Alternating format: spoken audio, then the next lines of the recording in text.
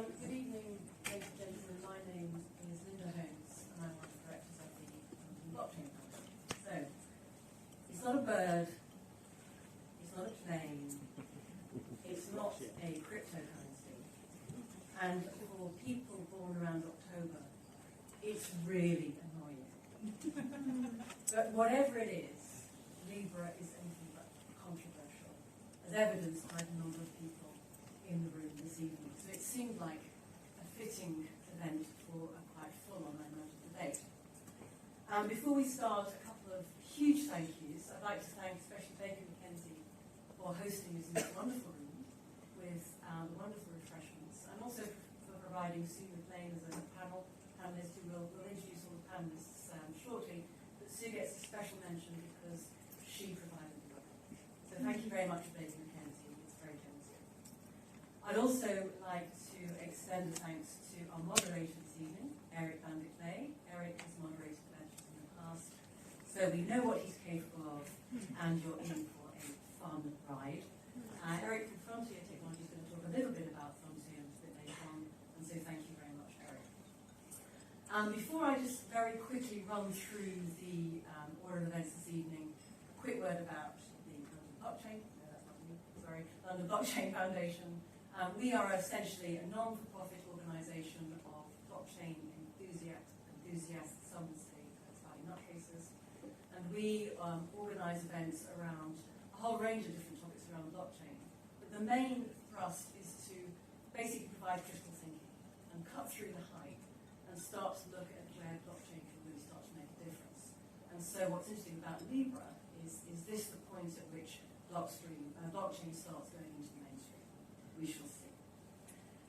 In terms of how we're going to play this, we're going to have a couple of presentations first from two of our members.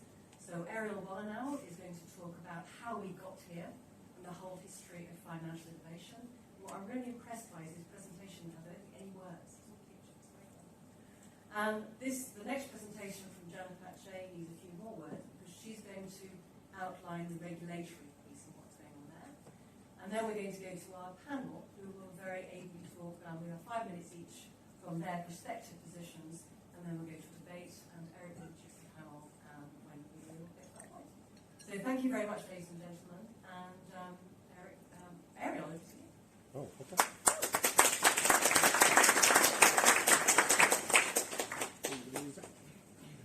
Hi.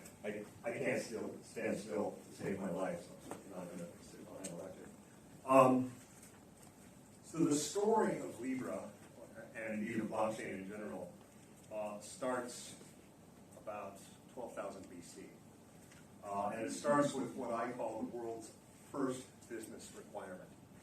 And it's not an accident that it starts around this time, because this is about the time when humans start making the transition from hunter-gatherers to agriculture, and we start seeing the emergence of the first cities. And that fundamentally changes the way people interact. And specifically, this requirement is the ability to have an independently verifiable record of an agreement between two parties. This isn't important as hunter-gatherers because there is no need to make a commitment about the future because you don't know what the future is going to hold. But the moment you start getting into the seasonality and the predictability of planting crops 1 year after the next, you start thinking about the future. And that creates a new set of needs and a new set of opportunities for the innovators of that day, who are surprisingly similar in their behaviors to the innovators of this day. And we're going to talk through an early use case. So I want you to imagine all that you're living in the cradle of civilization, ancient Sumeria, and you have a farm, okay? And you have a farm by the river, and you grow wheat, and you have a brother or a sister who has a farm about the same size as yours, right next to yours. And the two of you, have been farming this land year in and year out. And the size of your farm is dictated by how much you can plow in a given season. So you have a pair of oxen, and they pull one of these very traditional stock plows with no wheels and a stone head for tilling the earth. And the amount that you can cover in the time you've got is how big your farm is. And your brother's farm is identically sized. 1 year, while taking his wheat to market, your brother is ambushed by bandits and killed, and they take his ox. And you've got a problem because now you have to look after your brother's family, and your oxen aren't enough to plow your brother's fields as well as your own, and your brother's family will starve if you can't find a solution.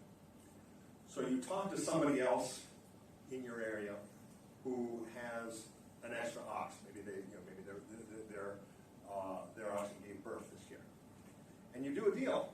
Okay, and this is a new deal because this is not something that happened as hunter-gatherers. You basically say, if you lend me your oxen for 2 weeks, I can plow my brother's fields, and at harvest time, I will give you 10 bushels of grain. So you do the deal, and you plow the fields, and harvest time comes, and you come and you give this person your 10 bushels of grain, and the person says, "What? Wait, you told me 12." I said, "No, I told you 10." Trust breaks down. Next year, you won't be able to do the deal because you don't trust each other, and you've got a serious problem because your brother's family risks starving. So the innovators of that day, a group of thinkers, used the resources they had at the time to come up with a solution. And this is ancient Samaria, so this is between the floodplains of the Tigris and the Euphrates.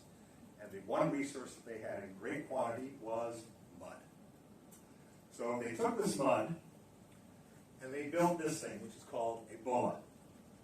Okay, and a bulla is a clay ball, and inside the bulla they put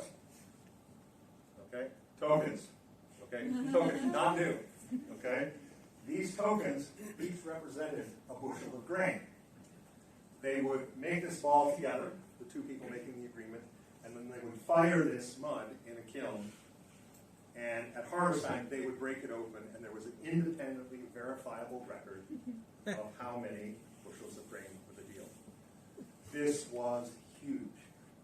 Okay, this allows you to make the same deal year after year after year, and again, the thinkers of that time now had a way to think beyond just one farm. If I can do this with one ox, why can't I do it with 20? So this happened about 12,000 BC. You go to the British Museum, you can see some of these. They still have some of them around. And we see farms starting to grow because somebody starts to think, well, if I can get 20 oxen, I can now grow my farm. So people start thinking at this time around growing their business for the first time. And so imagine this happens, and we hit a new obstacle.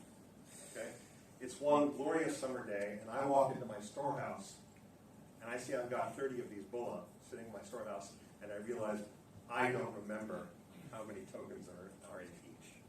Okay, so I hit a barrier. Okay, and this whole story from then to now is about hitting these barriers and solving them. And the first barrier is one of scale. Okay. The scale is limited. The limitation on scale is my memory. Having to remember how many tokens are each bulla. The innovators of the day, and this was probably about 400 or 500 years after, were up to the task and came up with the next innovation, which was when they made these bulla, they would then take the tokens and they would make these impressions in there. And so that you had a way of counting on the outside how many tokens were on the inside. Okay, this was another huge step. So now it was the limitation about how big I could grow my farm was no longer based on the capacity of my personal memory registers. I now had a way of verifying without breaking this, this thing open. Okay. And the next barrier, if you like, was one of complexity. Okay, I had no way of knowing. Let's say I start growing a second crop. Let's say I start growing barley as well because I like my beer. I had no way of placing it. Or maybe I wanted to do something that says I'll give you 10 bushels at the beginning of harvest and a further 5 at the end of harvest after I've given it to other people. So having a sense of time. So what they did next was they started getting more complex about the things they wrote on the outside. Okay? So they developed conventions that says a cross might mean a bushel of wheat, and and an X might mean a bushel of barley. So this grew and grew and grew until somebody said it had an aha moment, saying actually what's on the outside now conveys a lot more information than tokens, and these things are fragile. So instead, I'll just flatten it, and what you end up with is the world's first writing. Now, the order of this is interesting, as is the timing, because Bulla existed about 4,000 years before writing did. So it took, from that very first early primitive Bulla to this, we're looking at about 4,000 years. So for 4,000 years, people were expressing contracts. Okay? And then for a further 1,000 years, these writings were only contracts. It took another millennium before people said, hey, I can use this for law, I can use this for religion, I can use this for literature, I can use this for music. All the other things we use writing for. For 1,000 years, this was only for contracts. Tells you how important this business requirement is. Okay. So this created a huge step forward in our ability to create more complex contracts, but it too had barriers. For one thing, we lost the independent verifiability. There's only one of these. So the ability to break the Bulla open was lost and count the number of tokens in it. It also, it's also not very portable, it's very fragile. So the next big invention to reintroduce verifiability and portability was this thing. People know what this is? Anybody? This is it's called a tally stick. Okay? Tally sticks, the first reference we have to them were in the days of the early Roman Republic, so before the Roman Empire, about 100, 200 BC. We start seeing mention of these things. They were accepted as proof of a contract or proof of that all the way up into Napoleonic prints. So they had a good long run. And the way you use a tally stick is you make etchings across a piece of wood and then broke the wood in two so that two parties could have an independently verifiable record of a contract or of a transaction. And they would fit together uniquely so that you could validate. Interesting bit of trivia. Well, actually, two interesting bits. One is if you ever remember counting things when you were a kid, going 1, 2, 3, 4, and then across 5, you're using the method that they did to inscribe on tally sticks. That's where it came from, and that's why those marks are called tallies. Okay. The other interesting thing is whenever you broke a tally stick apart, there was always a bigger half and a smaller half. The bigger half always went to the creditor, the person who owned the debt. Okay. The smaller half was called the foil, and the bigger half, the one that went to the creditor, was called the stock. Okay? So if you were the person with the bigger half, you were said to have stock in the other person's product. And that's where the term stock came from. So again, a huge step forward, but lost the complexity. So also, this solved the problem of scale to the next level, because you could have hundreds or thousands of these things. Very famously, during the English Civil War, they burned a huge number of these tallies at the Royal Treasury. They just took all of the tallies that represented how much people owed the king, and they made a big bonfire out of it. So by the time we had an exchequer in Britain, the exchequer had thousands of these tallies representing their financial accounts. Next step to solve complexity happened around 800 AD, and it was this thing which is called a chirograph. And a chirograph is essentially a contract that had multiple parts, all of which were identical, all of which said the same thing.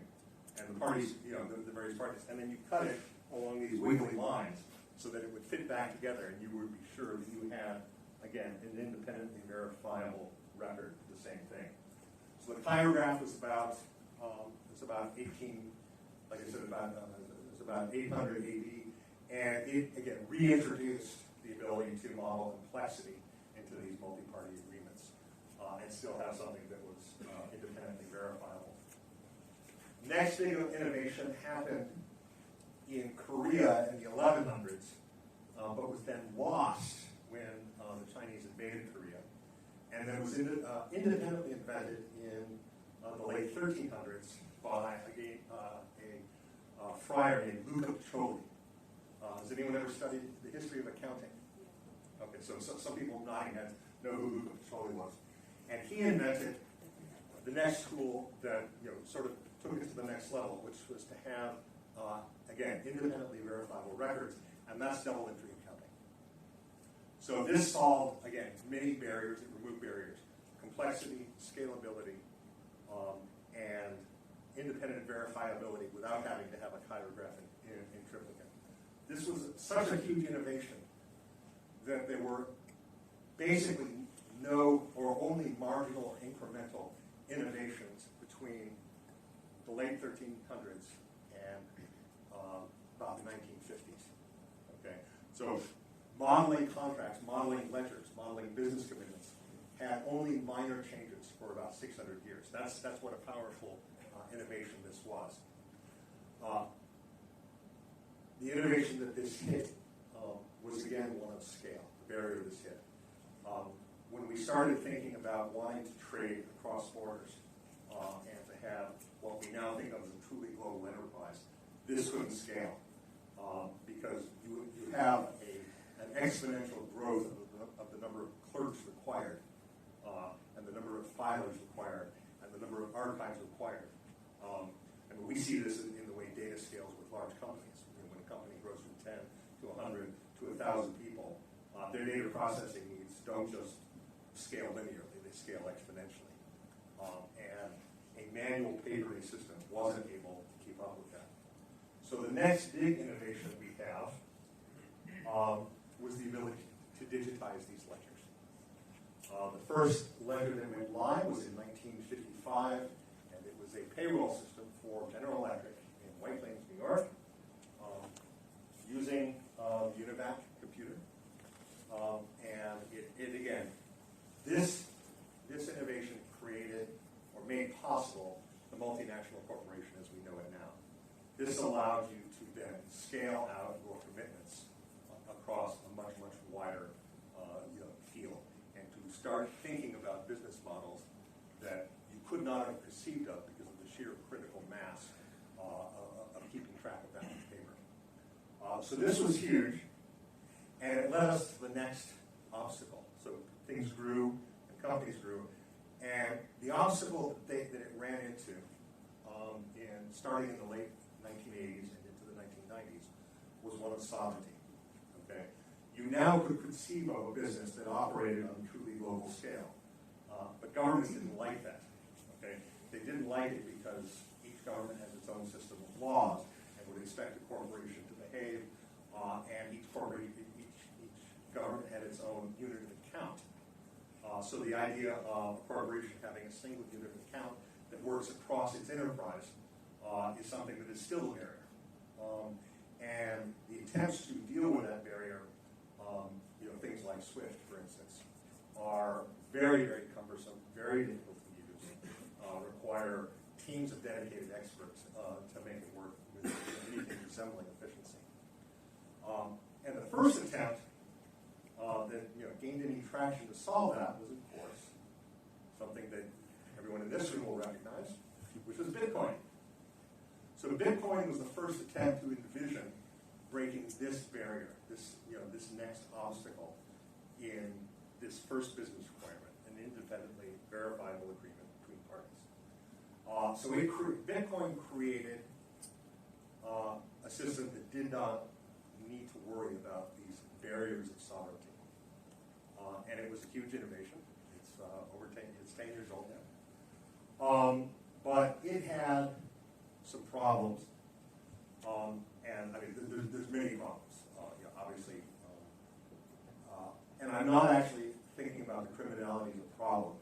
And the reason I'm not thinking about the problem is that criminal enterprises have an inbuilt first mover advantage. So there's nothing unique about Bitcoin that makes it attractive to criminal enterprises. Criminal enterprises were the first, on the scene for internet providers, the first on the scene for mobile providers. The scam artists, by virtue of the fact that they, by definition, have no governance and don't really have to care about the end customer, will always be first to these innovations. So it's completely unsurprising that they were first to Bitcoin. They will be the first for pretty much every new technology. No, the problem that I'm referring to is one of complexity. And the analog that I like to use is the MP3 player. The iPod was not the first MP3 player. There were dozens of them invented prior to the iPod. We owned one. We loved it. But the problem, and the reason that they did not become ubiquitous in the way that the iPod did, was one of complexity. They were hard to figure out how to use. Okay, they were not well designed. They were not intuitive. You had to understand a fair bit of technical depth to be able to use one effectively. What the iPod did was solve that. Okay, it presented an interface that was easy to use, that was intuitive. So it solved it. And that brings us really to libre. Libre has the potential, and I say the potential because none of us have actually seen it in operation, but libre has the potential to be the iPod to the Bitcoin's MP3 player. Okay, it has the potential to create the same sort of removal of the sovereignty barrier in a way that is simple, intuitive, and easy for someone to use. Okay, this is, Bitcoin is not easy for people to use. You have to understand what a public key and a private key is. You have to look at and be bewildered by these randomly generated pieces of information. You have to decide whether you want a hardware wallet or a mobile wallet or a software wallet or even a paper wallet. Okay, this is not something that we can reasonably expect most people to master and deal with. So it really limits the adoption and the uptake, this complexity. Libre has the potential to solve that. Okay, they have, again, the potential to put together a very simple to use interface attached to something everybody knows, Facebook, and do this in a way that removes the design complexity. So, next question to ask is, so what? Why is this such a big deal? And it is, at least in my mind. And to talk about that, I want to talk about a study they did in Tanzania. Tanzania, they looked at single-person businesses. Okay? And by single-person business, you have to think about this in as broad terms as possible. You're talking about a guy selling fruit on the street, or a guy who happens to own a truck, and because he owns a truck, he is a logistics business. He is an overnight courier. He is a mover. He does anything he can with his truck to get by. And they looked over a period of about 2.5 years and said, of all these single-person businesses, and there were, they numbered in the hundreds of thousands in a country that I think was about 20 million people. How many of these businesses succeed to the point where they go from having one employee to 10 or more employees in 2.5 years? And they found that 2% of businesses succeeded or emerged. They called it emerging micro-business in that 2.5 years. A very small number. Okay. However, that 2% created over a quarter of all new jobs in the country. So think about that. So what if, by some method, we could get that 2% even to 3%? Okay? By enabling these businesses to buy and sell goods overseas, or by making it easy for them to get credit, which is a lot of what my firm does around financial inclusion. By doing anything to make these tiny businesses to succeed, we can radically transform an economy. And we did this in Kenya. I led the project that used machine learning to generate credit scores for small businesses who had no bank accounts, so that they could have access to microcredit. The number of loans that was available to these small businesses over in Pesa went from between 2 to 500 a day, peaking at over 50,000 a day. So we radically transformed it, and the GDP 1 year after doubled. Okay, so the effect of this is real. Okay, and Libre is another one of these enabling technologies. It has the potential to completely completely change facts on the ground. And in places where the currency has failed, like Zimbabwe or Venezuela, this has the ability to be no more or less than an absolute lifesaver, and it will mean the difference between living and dying. This is serious. And you're going to hear from some of the speakers today, especially from Jeff, who I just profound respect for, about some very real concerns. About some very real concerns about concentration of data, concentration of knowledge, and lack of respect for privacy. These concerns are real, they are well-founded, and they need to be solved. But the message I would leave you with is solve them, because this is the first chance we have to do something that's going to make a significant difference in the lives of about between 1.5 and 2 billion people. Not us.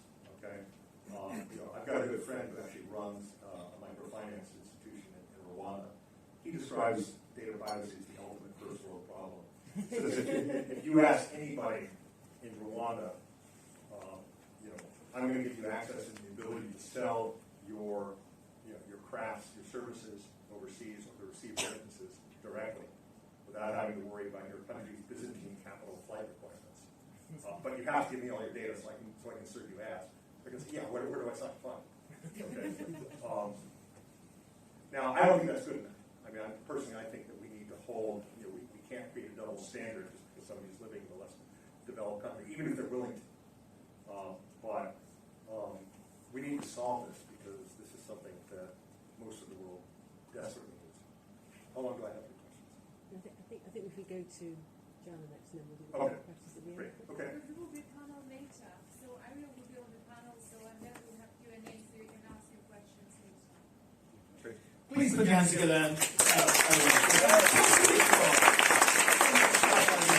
By the way, for those of you that don't know, Ariel actually delivered one of the first blockchain projects for IBM in 2014, 2015, something like that. And he still is doing it today. So terrific experience there as a background. Thank you.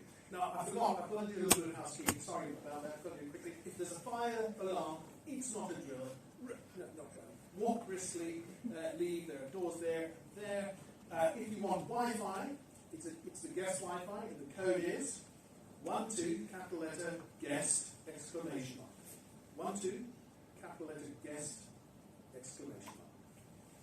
Thank you. So, coming here today, I spoke to the taxi driver. He said, where are you going? I said, I'm going to an event about Libre. And as you quite rightly remarked, he did not come back and say, oh, is that about an astrology event? He said, oh, that's that new crypto, but it's not Bitcoin, it's from Facebook. How amazing that happened, right? Raising awareness, done. Well, the beginning of raising awareness. So I kind of like that. But actually, propagating knowledge is also one of the things that the LBCF does very well. Could I ask, please, all LBCF members and ambassadors to stand up? Just quickly stand up, all members and ambassadors. Those of you that are not members yet, speak to these folk, because they will help you learn about events like this. Thank you. Please do sit down. Thank you. That's terrific. I just thought I'd do that because I love the events that they put on, and the content's always terrific. Now, we're going to go on to our next speaker, which is Jana Pache. She's actually a very great thinker in this space, and so I can't wait to hear what she's got to say. It's sometimes occasionally controversial. Please be nice and welcome Jana to the stage.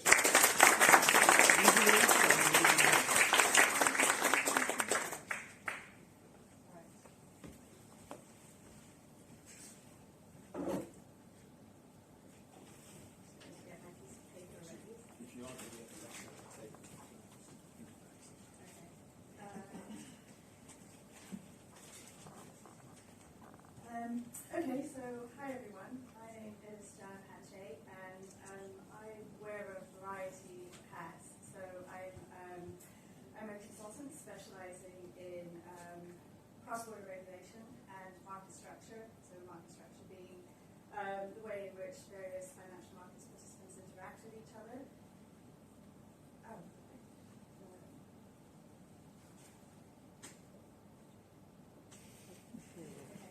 I am also the regulatory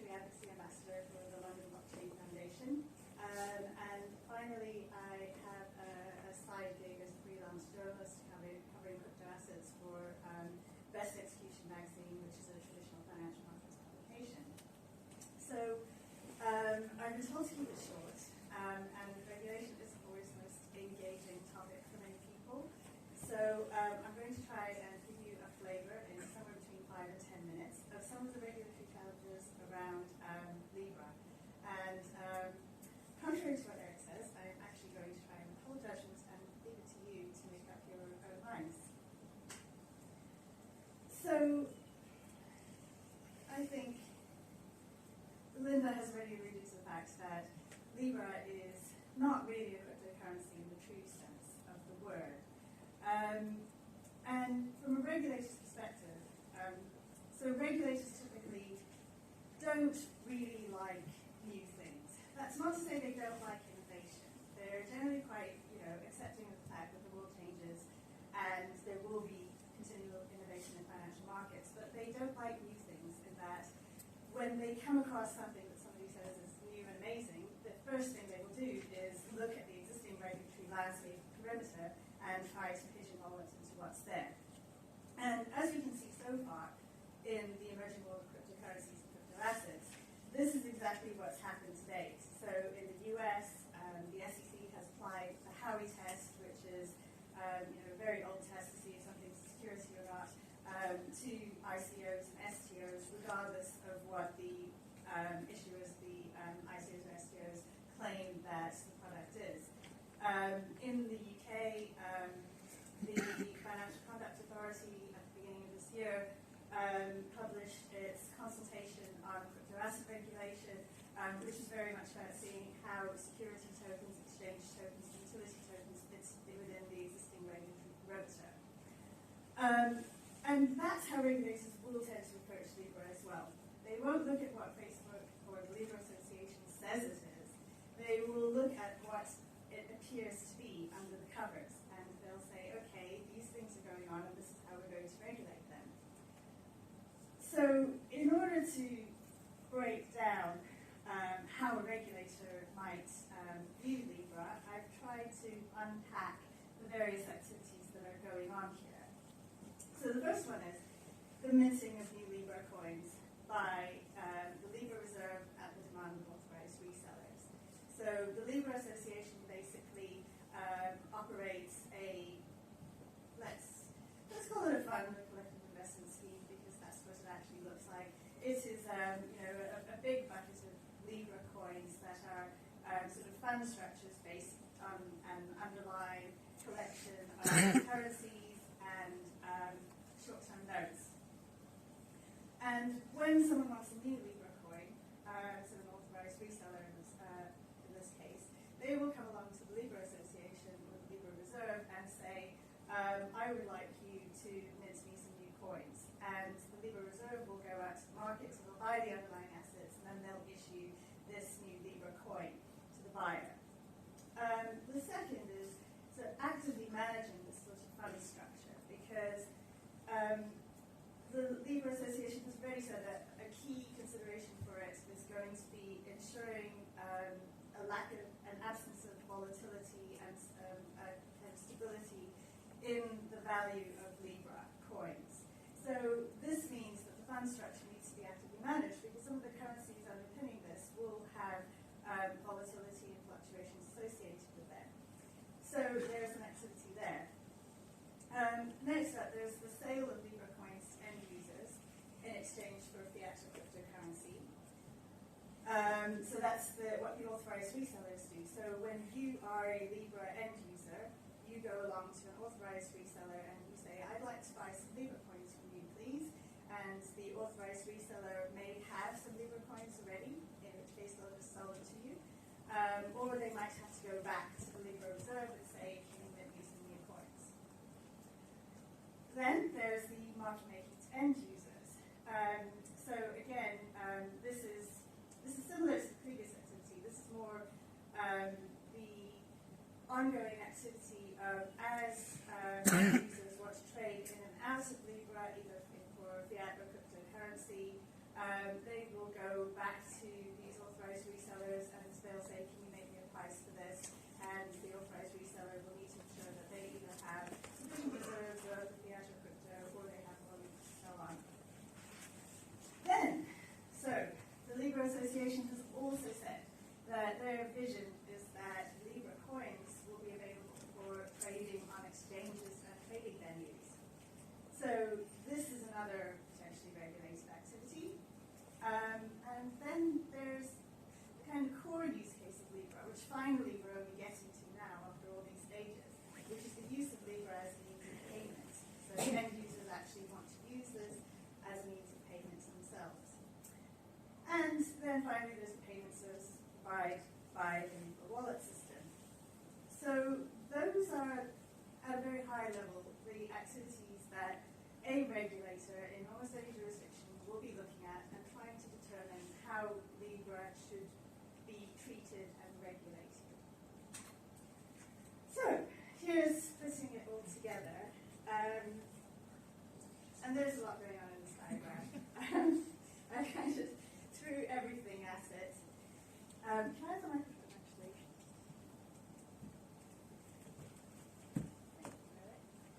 Okay, so first of all, we have, as I described over here, the Libre Association or Libre Reserve in its capacity as fund manager, which is itself in most jurisdictions a regulated activity.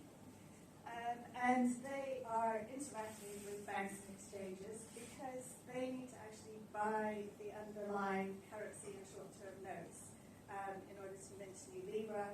And also when they have people coming to them to redeem the Libre, they need to then sell them to access the underlying currency. So then over here we have an authorized reseller, which I put this in the context of European regulation because that's what I know best. But it's pretty easy in most of these cases to translate to US or APAC regulation as well. The point of this is just to show that every single one of these activities is currently a regulated activity in the EU. It is not in any doubt that it is a regulated activity. And what I want to also demonstrate is the complexity of not only doing this in the EU, but doing it on a cross-border and global basis, which is what the Libre Association wants to do. So, you're mostly all still awake, which is good. Okay. So, the authorized reseller is going to buy newly created Libre coins. They might also go and redeem Libre coins. And the authorized reseller is basically acting as a market maker, so the Libre coins in this context are, let's say, units in a collective investment scheme would be the fancy regulatory term for it. They're financial instruments. So they're very clearly within the scope of what's defined as a financial instrument in the European Union. And this means that they're all regulated. So when you undertake activity in these, you have to be an authorized entity by a regulator. So all our authorized resellers will basically have to be investment firms, which are subject to the full MiFID regime. Some of you may have heard horror stories about it, and that's non-trivial. Not anyone can go off and become authorized as an investment firm. Closer or am I out of time? Okay, okay, right. So yes, so all of the authorized resellers will pretty much have to be authorized as investment firms if they're in the EU. So the authorized reseller is then selling Libre coins on to end users. What I want to point out here is that these end users are retail clients. So in the EU we have three categories of clients. There's eligible counterparties, which are like banks and financial institutions, and they have the lowest degree of regulatory protections attached to them. Then we have professional counterparties, which are kind of the next tier down. You get some large corporates, you get other types of financial company. And at the very bottom, we have retail clients. And retail clients are generally subject to the highest degree of protection by European regulators and by regulators globally. So it is a non-trivial undertaking to engage in regulated activity, so buying and selling of a financial instrument, a Libre coin, with a retail client. Finally, you have your retail clients who, so your end users who now want to actively use Libre. So Libre is basically going to be a payment service provider in the EU. This is probably the least of the Libre Association's problems here because it's actually the most relatively straightforward thing to become in all of this. And then they're going to be buying, paying with Libre as various retailers, and we the other side. I'm not going to go into some of the valuation and liquidity issues because I think that will be covered by other panelists soon. But I will go into just a few of the kind of side activities that can occur over here. So your retailer who's receiving payments in Libra may wish to hedge their risk. So they'll go to a trading venue where these are actively traded, and they'll attempt to hedge it with another instrument. The trading venues are actually regulated as well. And then, because there will be fluctuations between the value of Libra and the value of the underlying basket, you will always have these guys, the HT and the algos, who come along and try to kind of play the arbitrage markets here. And they're going to create the same problems that they usually create when they're on trading venues, which is like trying to co-locate and snap up as much liquidity as possible, and that doesn't always result in a great result for the end user. So this is quite a complicated picture, just from the European perspective. Now, regulators also consider two things when they're looking at cross-border activity, because we have to remember that Libra is global here. So they'll consider the location of the service provider. So, for example, if you're established in the UK, you want to provide the service, or in Switzerland, as the Libra reserve will be, then you will have to be locally regulated in Switzerland. But they also consider the location of the clients to whom you're providing the service. And there are some cross-border provisions under which you can do this. But in general, as we already know from Brexit, being outside the EU means it's not actually easy to get market access. So in general, there's an expectation that if you're providing substantial services to end users in a different jurisdiction, that you will have some regulated establishments in that jurisdiction. So I think the Libra Association's plan of having a monolithic establishment in Switzerland may be somewhat ambitious and potentially unrealistic, to put it mildly. So that's a quick overview, and here I just basically described the kind of conduct regulation side of things. I haven't adjusted into fin crimes, so financial crime, counterterrorism financing, or AML. That's a whole separate area, or prudential requirements either. But I hope this has given you a bit of a flavour of some of the regulatory challenges that I'm going to try.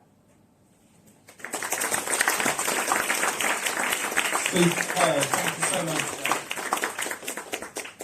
Love the effort you put into that for us. Much appreciated for the explanation. I'm going to remember the words over-ambitious. Swiss market, so that's brilliant. I was reminded to mention a little bit about what we're doing. So we're very proud to be co-hosts, the minor co-host for this evening, but we are building Frontier. Frontier is what we hope will become one of the world's acknowledged homes for blockchain and AI businesses, just up the road here in London. And it's the same team that built Level 39, which must be acknowledged as one of the leading fintech hubs. So if you're interested, and if you have a team you want to put in the best hub in the world, please come and see me afterwards. Now, just a quick introduction, to our co-host. Sue McLean is Technology Fintech Partner at Baker McKenzie, one of the leading firms in this space, who's going to talk to us a little bit about the impact of enterprise adoption. Please welcome Sue McLean.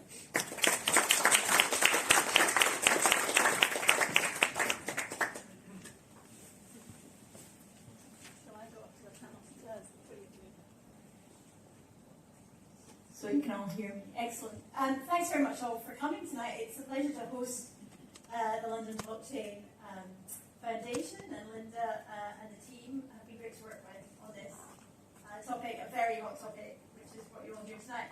I just wanted to sort of, following on from Ariel, look at this in terms of what its impact could be, and sort of set it in perspective in terms of our work here at McKenzie, working for big enterprise companies who have been kind of treading carefully in terms of blockchain in particular, in terms of crypto projects.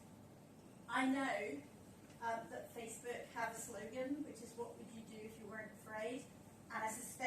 answer is you try to launch a very ambitious global cryptocurrency payment system. So, I mean, for one thing, I think, in many ways, good on for you. This is a hugely ambitious project to encourage crypto adoption at scale across their billions of users across, Facebook, WhatsApp, and Instagram. And I think they recognise that. If you read their paper that came out with the launch, they say we acknowledge this is going to be a long and arduous project, and we're going to need partners to work with on it. And that's because A, it's new technology. B, as we've just heard, there is a very complex existing regulatory framework of laws that will apply to this that they're going to have to look at, and they're going to be under huge scrutiny because of the nature and the ambition behind the project. And it's going to involve significant investment, not just from them, but from the published partners that are going to be working on them with them on this project. But I think, if, as we heard from Ariel, it has got huge potential, and if this does launch, it could be a real game changer. I think not just for Libre, but for the whole cryptocurrency asset market. We've had Bitcoin for 10 years, over 10 years, but it remains a very niche activity for most people. This is a small number. I think there's something like 32 million digital wallets out there, but there's a lot fewer users or owners of Bitcoin, and a lot of people have multiple wallets, and it's certainly very much a fringe activity at the moment, despite the outside craze and then the downturn. People are wary of it. People, as you say, find it all very complicated. It's not very user-friendly. And therefore, I think a lot of people have been waiting for a big enterprise to issue their own token to see where this could go. And certainly a lot of our clients over the last few years have been looking at this very seriously themselves across various sectors, including retail, about, should we be issuing our own coin, and what would it do, and how could it give us new revenue opportunities, and create a different relationship with our users and our customers. But I think because of the reputational issues and because of the downturn, the crypto winter that happened, a lot of those projects that big companies had spent a lot of time and money on, looking at legal and regulatory issues and tax implications, they kind of were put on ice. And people started to just focus on blockchain in the supply chain and in other use cases, and they kind of put the token issuing on ice. And I think they'll all be watching this really carefully. And actually, Facebook will be out there effectively exploring this for them. There'll be a lot of very interesting developments, I think, and scrutiny over this, which will be helpful for everybody who's thinking about doing something similar. And personally, I always thought that an obvious use case was platform. You've got an existing strong user base. People want to make peer-to-peer payments. You've got, WeChat in Asia, where you can just stay within the platform all day. You can make payments, and it reduces the friction for the customer. So I thought to myself, it seems to me this is a pretty obvious use case. To be honest, and frankly, I was thinking that Amazon Coin might be first. As a Prime member, I thought if they issued Amazon Prime tokens instead of membership, I think they would have raised a lot of money and a lot of people would use it. So I suspect that there are a lot of tech companies who have been thinking about doing something similar, but Facebook's the first one to actually put the marker out and announce that they want to do it. So I think, as we say, it's, you can argue, and there's always a lot of argument in the blockchain world about, is it a blockchain, is it a crypto? Here, to me, it's more of an evolution of, in a way, although Jeff and others may disagree, it's an evolution of what we saw with PayPal. It's a payment system, but a hugely ambitious one. And for me, as a lawyer, I'm just really interested to see where this develops. Obviously, I think they'll have a lot of discussion back home in the US first, but I'm kind of hoping that having a real significant company looking at adopting this will mean that we might have a little less of the wait and see from the regulators, which has happened up to now. A lot of people have been looking, learning, and dealing with particular market issues where they felt important to do so.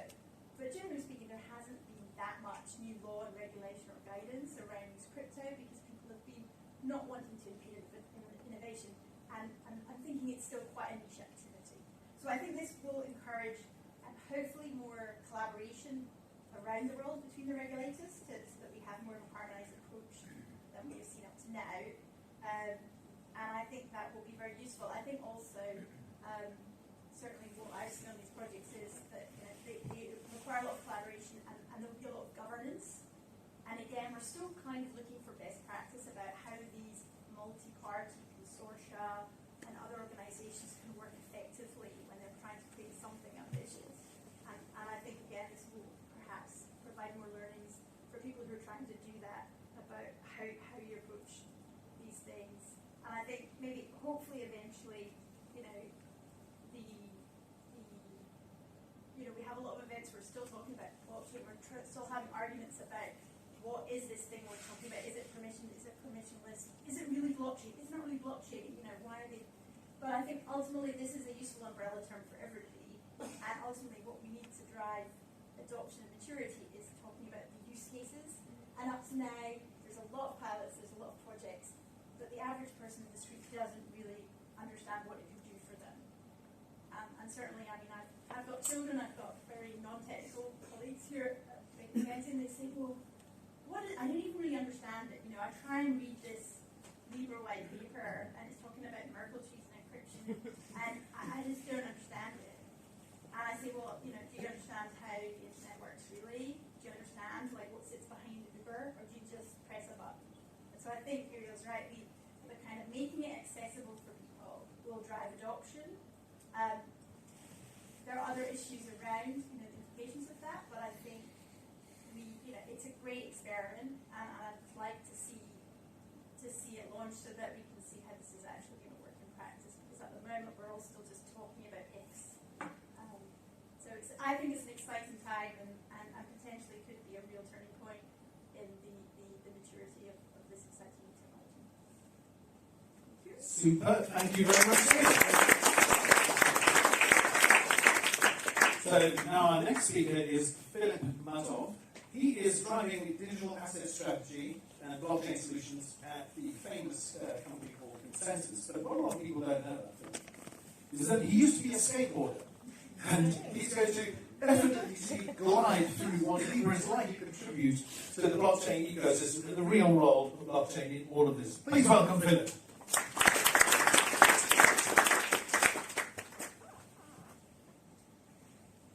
So, to break the ice, probably blockchain and Libre. Libre is a great phenomenon for blockchain.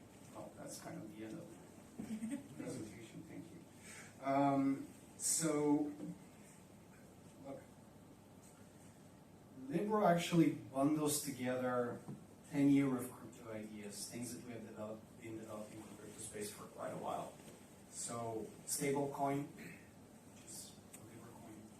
programmability of the underlying technology, the underlying protocol, which is the main thing in the Ethereum.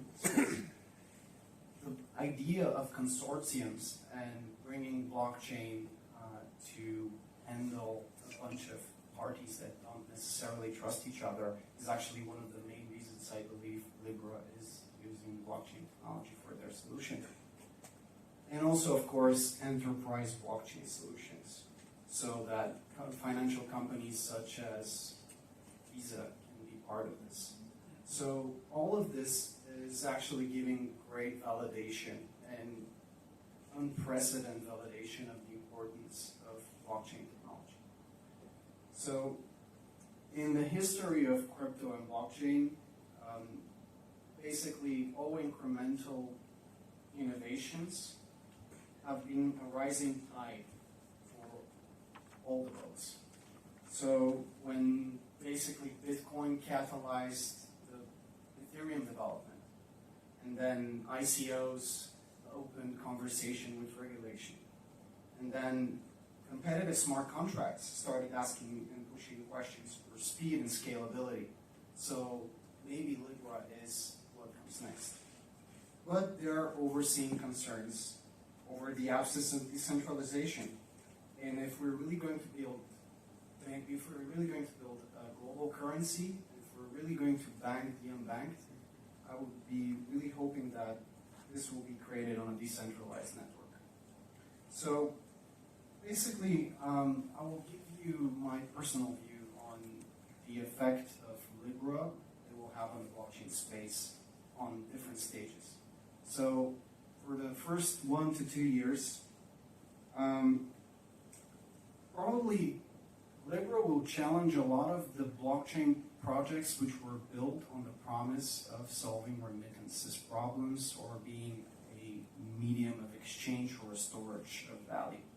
So I'm not saying that Bitcoin will be eradicated, not at all. There will be always a use case for a decentralized blockchain solution for exchange of value, but it will be a challenge for them. It will probably never reach mass adoption. However, I think something that in consensus we're quite concerned about is that fintech and crypto space will become more reactive than innovative. So this is something which is a real concern, because if a company of the size of Facebook is introducing a blockchain product, a lot of other enterprises are starting to think maybe we should wait a little bit before we push anything forward. So in consensus, we are trying to do our best to push innovation forward and bringing and banking the unbanked for quite a while. We have a project called Eye2Eye in the Philippines, where we've connected over 200 islands with the infrastructure of the central bank and the Union Bank. This is a project which is today, not 5 years from now, when probably libre will happen. So we will be prepared for that moment when it comes. Also, libre will serve as the ultimate factor that determines how the transparency and regulatory future of cryptocurrency plays out. They have a massive responsibility. They will probably take a lot of the arrows that would fly otherwise to blockchain and crypto projects, which is good. It will speed up conversations with the regulatory entities. Also, but we also need to trust a lot. So in libre, we need to trust the intrinsic value of the coin. We need to trust that the wallet is compliant with KYC and AML.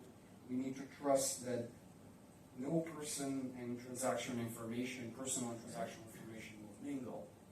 But at the end of the day, data breaches happen. So that's a problem.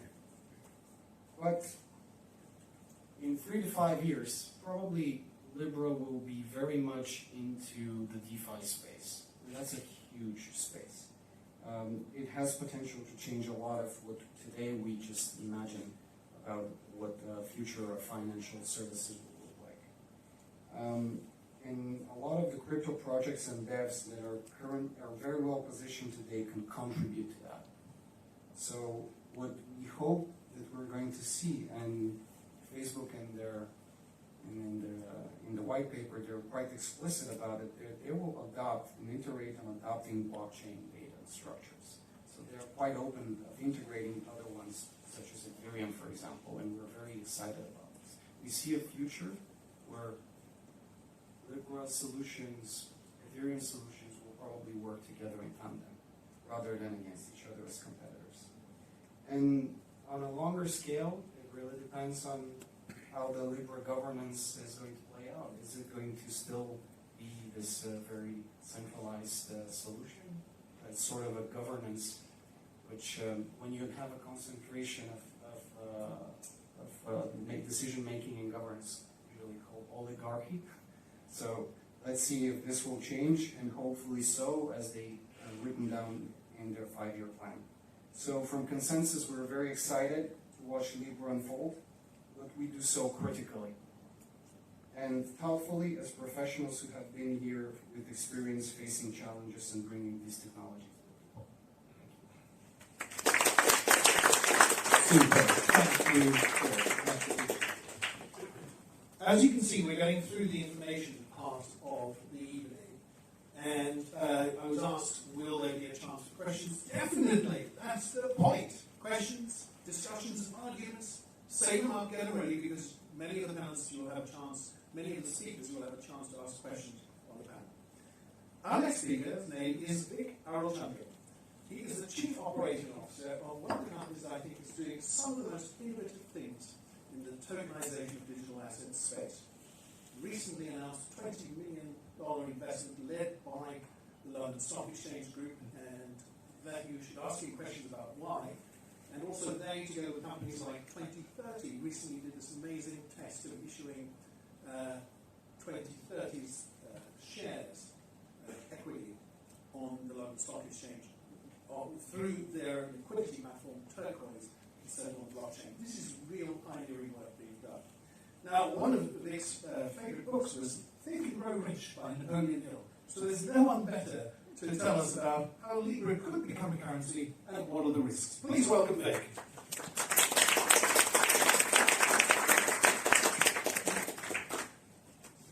I'm still not rich, by the way. So I think a lot has been said so far about history of money, structure of Libra, how Libra and Libra operate, and how this kind of ETF structure is formed. So I'm not going to go over all of the sort of stuff that has been covered so far. We can go into some of those in the panel as well. I think what's very interesting for me is the potential of Libra to be a currency that is used in the wider economy.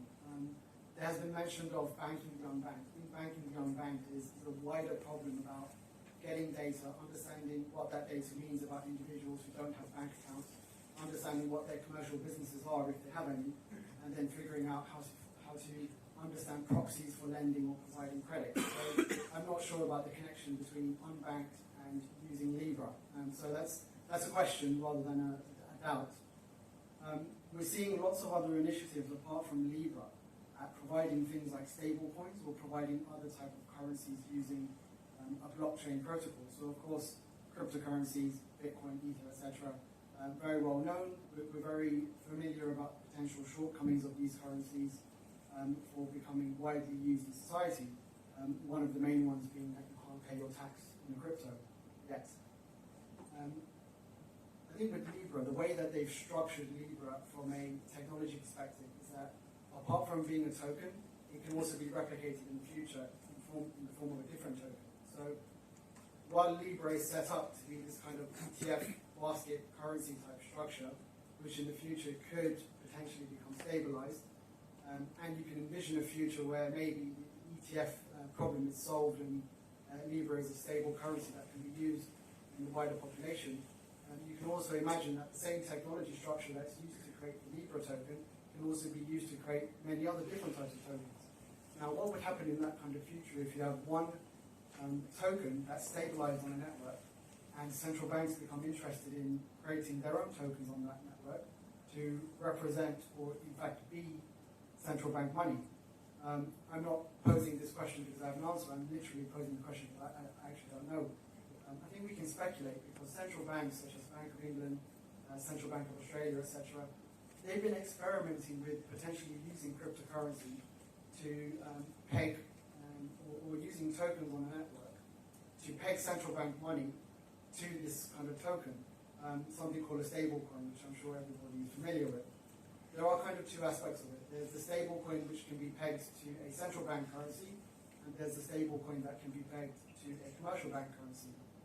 Now in a future where Libra is used as a means of payment, again posing another question, how could this be used in the grand scheme of financial services where you've got a means of payment, but then you've got commercial bank money, which is fundamental for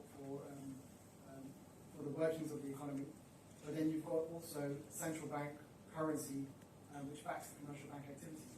I think it's an interesting question and something which I think Facebook purposely created Libra to raise some of these questions, especially when you read the white papers. I know that some of the white papers are quite technical.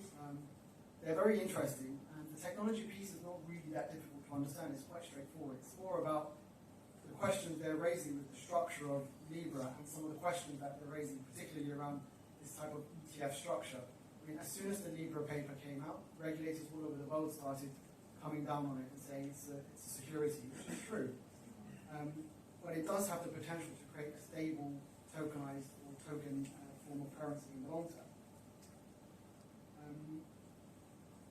in addition to that, probably the last 2 points I'll leave you with is there are some precedents for Libra as potentially a currency. So there was the SDR, the Special Drawing Right, which was created by the IMF. This was backed by a basket of currencies. There was also something called the European Currency Unit, which was also backed by a basket of currencies. These two things were actually discussed by our CEO and Jana in a paper they published recently. These two precedences are very interesting because they are international type bodies trying to create something which is a reserve currency or something which is a unit of the reserve currency using a basket of underlying currencies. And this is very interesting I would urge everybody to go and read about these two things if they want to learn a bit more about potentially how Libra was formed as well. Now, if Libra is successful, this wouldn't be the first type of initiative that has aimed at creating a new type of currency that can be used in the wider population. However, it will be the first type that is on some kind of distributed database. Now, I'm personally still a proponent of decentralization rather than distribution. However, I see the benefits of distribution. And I think another question we have to ask is, in the future, if we're using a payment system or cross-border payment activities, does that really need to be distributed? Or will we achieve the maximum benefit by it being decentralized? And how would that token be secured on the network? At the moment, if you look at Libra, based on an underlying basket of currencies, due to the fluctuation in the underlying basket, if there's any profit to be made, it gets taken by the foundation. It's not passed on to the holders. But that fluctuation, that variation in the price of the underlying, is used to stabilize the variation in the price of Libra. And I think it's quite an interesting topic, that particular one, because if there's going to be any stabilization of Libra, what's really happening to those profits that are going out of the network? So those are the 2 points I wanted to leave you with. It's quite brief. Please feel free to ask me any questions while I'm on the panel later on as well. Thank you very much. As I say, in addition to being one of those brilliant people in the field, I also think you will agree he has one of the best beards in blockchain. Thank you very much. Oh, that got a round of applause. Has your beard ever had a round of applause before? Give his beard a round of applause. Brilliant LBCF. So, our next speaker is somebody who doesn't really like to boast, because I was trying to explain and discuss why the next speaker is so relevant for us. But Geoffrey Goodall is from University College London. He just humbly calls himself a researcher at UC London, but he really is one of the leading thinkers in the space. He's going to give a talk about 2 Ps. Actually, you can probably talk about a whole lot of stuff, but the 2 Ps are payments and privacy in the light of Libra. Geoffrey Goodall.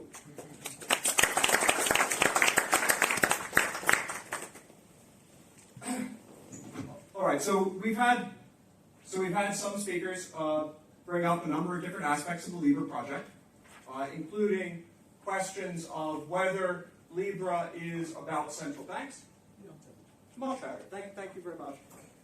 Whether Libra is about central banks, whether Libra is about monetary policy, whether Libra is about improving correspondent banking or is a natural evolution of correspondent banking, or whether Libra might be an evolution of payment networks, such as an evolution of PayPal or an evolution of SWIFT.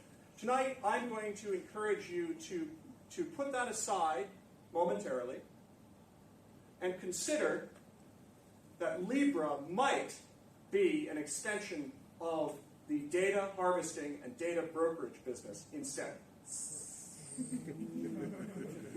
So in order to understand why this is so, let's start with cash.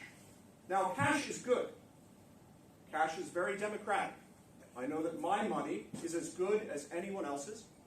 It's available to anyone who can possibly hold it, including everyone on the street who asks for it, as well as the wealthiest billionaires in the world. They can all have cash. They can all use cash.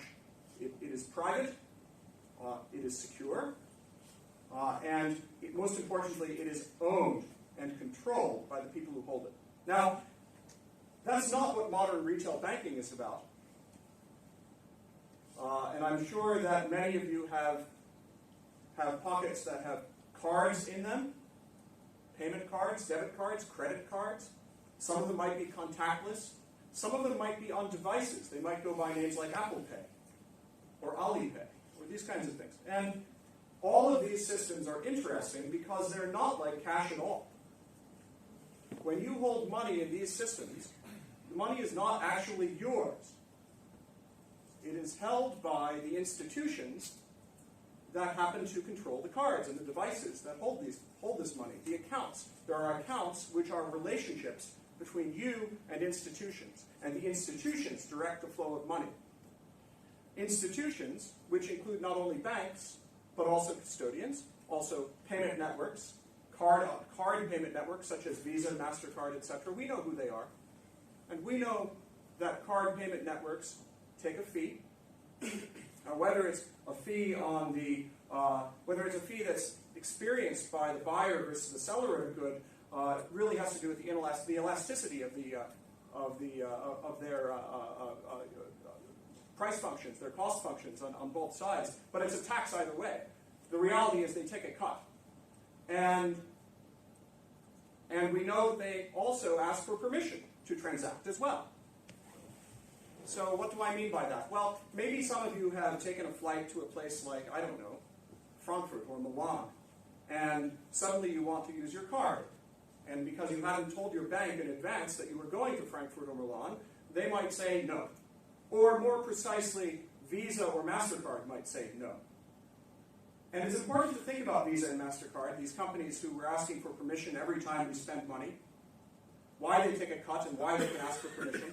And it's not just that, it's that they also collect the data. They see every transaction that we do, every place we visit, our associations, our habits, when we get a job, when we lose a job, when we get a bonus, when we're home, when we're away. They know it all.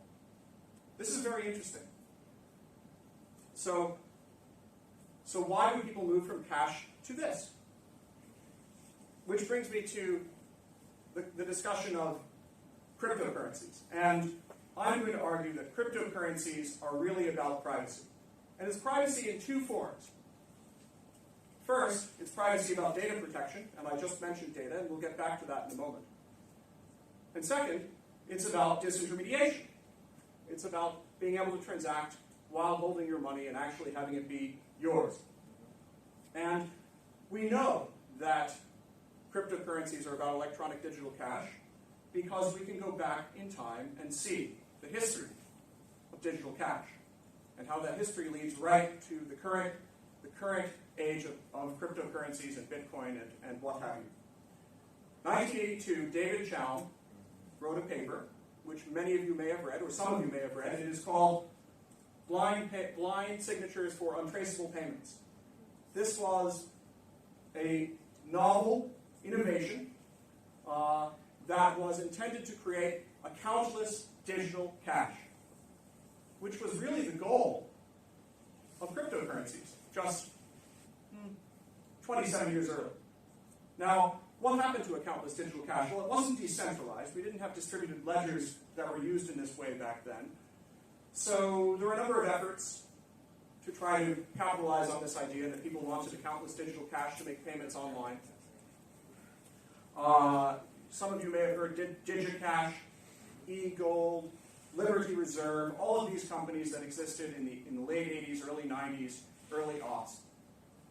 And all of these companies came and went, all of these efforts came and went. Many of them were shut down because of concerns not about monetary policy, not about threats to banks, but about privacy. And as Ariel mentioned, criminals tend to be ahead of the curve on so many things and so many technologies for a lot of reasons. But people sometimes make the assumption that privacy creates criminality, and it doesn't. Privacy is something that is useful to everyone. And we must be careful when we design infrastructures not to generate infrastructures that put honest but perhaps less well-endowed people at a disadvantage relative to criminals and wealthy people. And that's precisely what we've come to do in modern retail payments when we have created this technology to harvest data on their transactions. Now let me be clear. what has happened with cryptocurrencies and what has happened with decentralization? Well, Bitcoin isn't really anonymous. Sarah Michael-John and a few others at UCL have demonstrated this a few years back. But we've seen that there are efforts to make cryptocurrencies more private. We know that there is Zcash. We know that there is Monero. We know that there is Mimblewimble, which is an attempt to retrofit Bitcoin with a more private way of transacting. But let's understand that this is about the data, and this is about escaping the gaze of the surveillance that can be conducted using your data and harvesting your data. This is a way to, cryptocurrencies are seen as a way to get away from that. In addition to a way to be disintermediated and a way to get away from the correspondent banking charges, etc. So it's both of those things. But let's talk about the data. So what is it that you get? Well, you know, there's no question that the model of harvesting electronic payments data is successful. Why do I say that? Well, that's what the challenger banks do. So look at the challenger banks as Citi did. Citi, the global bank, published a report several months ago, I think in March, that analyzed the ways that challenger banks can subsidize their businesses through data harvesting, and undercut the full-service banks in so doing. How do they do it? Well, many of these challenger banks in Citi's study established relationships with clients of data. So who are the clients? Well, let's think about it. Retail brokers like Alibaba were singled out. Credit organizations and other risk management firms that want to build profiles on people to provide negative incentives. You can't provide negative incentives without control and surveillance, and that's what's going on here.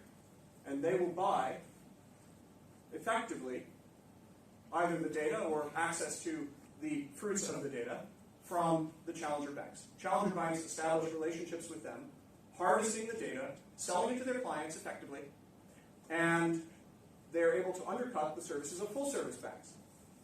So this business model works, and it is being, it has been promoted and condoned by open banking, and what we see with the ability for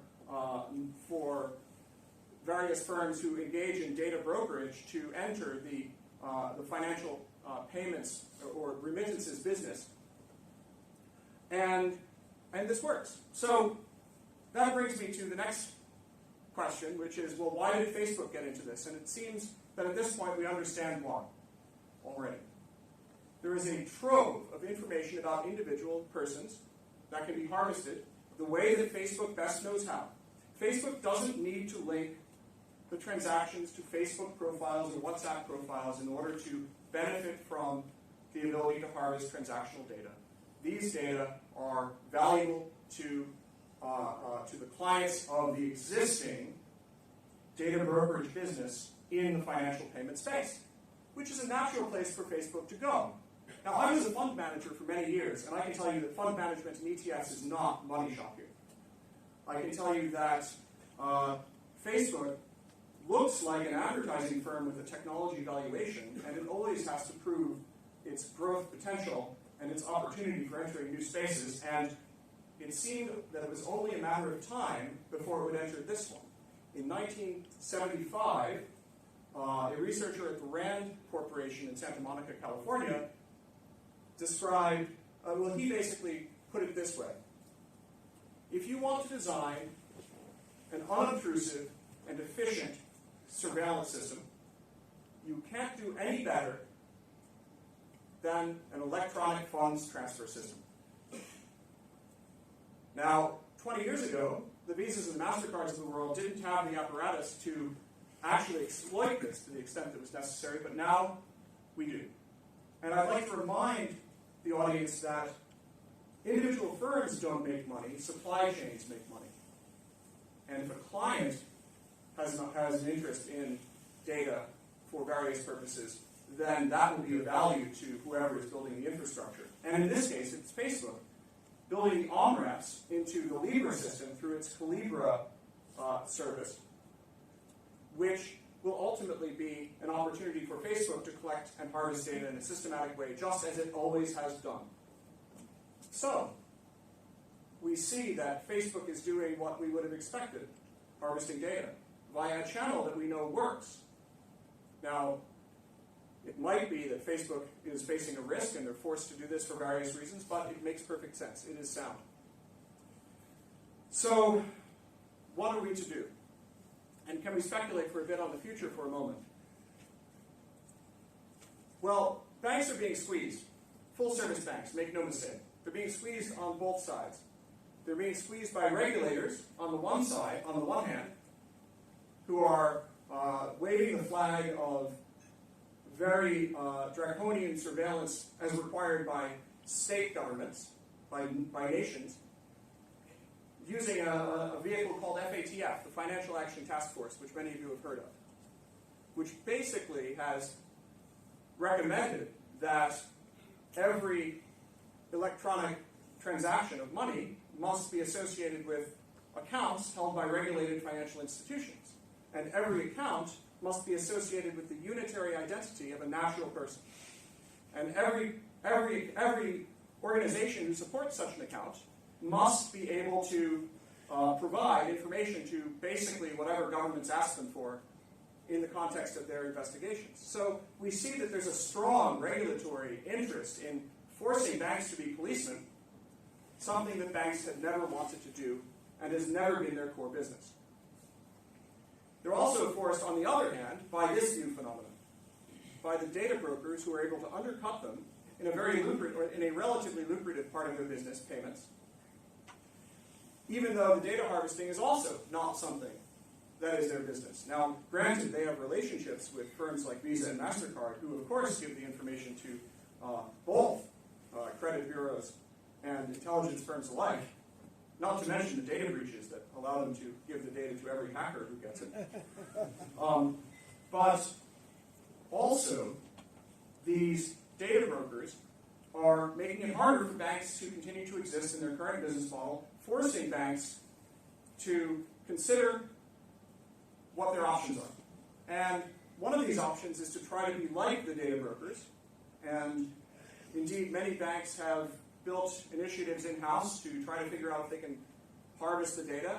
Again, remember, supply chains make money, not individual businesses. So if you harvest the data through a startup that you have some association with, maybe that's the way to do it. I don't know. But I would like to suggest that if we care about human rights, we need a different solution. And I would like to speculate that this is the solution that sooner or later banks will reach in protecting and furthering their business model. And I might be wrong, but I hope I'm right. And this is it. The idea is that if we want to create regulations to protect people's privacy, it needs to be done as a public good, acknowledging that it's a public good. It needs to be done by regulators, because that's the only way to address these public action problems, these collective action problems. This is Garrett Harding. And banks will want to work with regulators, or they will need to work with regulators, to build regulated financial infrastructure that preserves the privacy of individual persons who are using the infrastructure to make remittances and payments. That's it. And this can happen if they work together, and it can happen if regulators acknowledge that this is a collective action problem that is about both national security and human rights, which it is, right?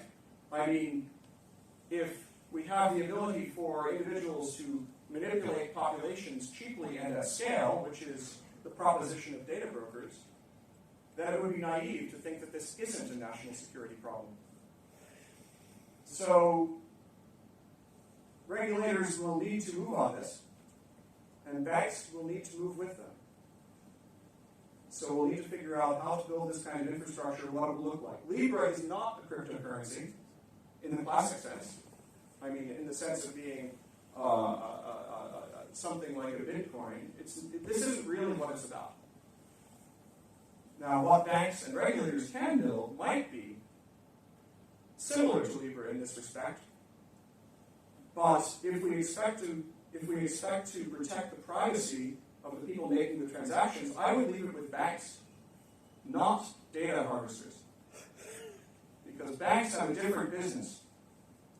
That is to say, taking deposits, making investments. This is what banks have done for thousands of years. And it's not what data harvesters do. And that's it. Thank you. Thank you very much. While you're there, please take your seat there. Hold on a second. Please, Jeffrey, please go ahead and take your seat. All your panelists, please join us on stage. We're going to dive straight into the panel. How are we going to do this next session is we're going to say, invite the panelists up. The good news is you know them because they've introduced themselves and they've said a little bit about what they think. Grab a seat. You can position the microphones between two of you, kind of positions are close. They're quite good.